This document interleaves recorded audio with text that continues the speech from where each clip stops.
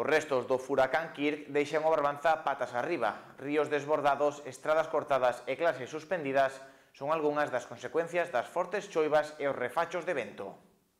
Kirk chega ao Barbanza con intensas choivas e fortes refachos de vento. A madrugada e a mañá de hoxe estiveron marcadas polas incidencias ocasionadas polas caídas de árbores, cortes de estradas e mesmo a suspensión das clases nalgúns centros da comarca. O incidente máis impactante foi a caída de dúas paredes do pabillón no Instituto de Porto do Son, polo que se tomou a decisión de suspender as clases ata como mínimo o venres. Non foi o único lugar onde os escolares non acudirán ás aulas. En Outes, o río Tins provocou graves inundacións no Colexio da Serra, onde tamén se suspenderon as clases de momento ata luns. A auga entrou no comedor e en diferentes aulas con tarima flotante, afectando tamén a diverso material.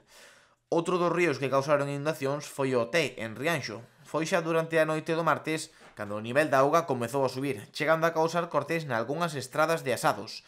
Algúns veciños afirmaron que nunca se vira esa suba no río. Os bombeiros de Boiro foron quenes recibiron chamadas alertando da situación, aínda que viviron unha noite bastante tranquila. Sí, bueno, para nós foi unha noite bastante tranquila, verdade, para o que se presumía. Tivemos dúas chamadas polo desbordamento do río Ten, tanto en Asados como en Alaxe, no concello de Rianxo, e pouco máis, non xa che digo que non tivemos máis ni chamadas para sair, nin nada máis. Ribeira foi unha das vilas que reforzou os servizos de emerxencia ante a chegada de Kirk. O servizo máis destacado da noite foi o incidente sufrido por un autobús cuns postes pertencentes á rede de electricidade.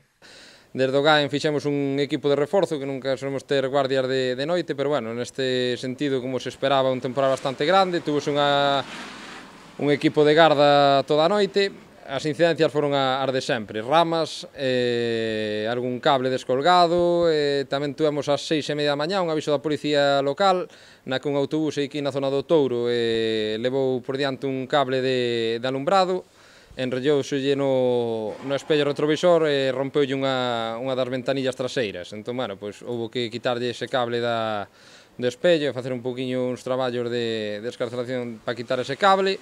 Pero, bueno, continúa a marcha para Santiago. Bueno, foi a nave para cambiar o autobús. Dende os equipos de emerxencia afirman que, malia ter reforzado o seu servizo na noite de onte, non fixeron falta actuacións de gravidade. Foi para eles unha borrasca como outra calquera.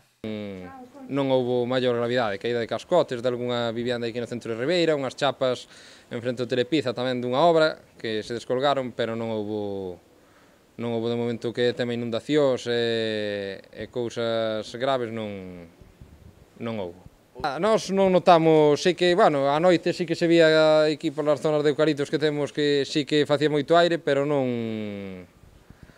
o notamos que fora unha cousa fora do normal. Incluso o mar, vese que tampouco fomos agora co Rubedo a facer unha revisión e tal, e non como un día de temporal de inverno.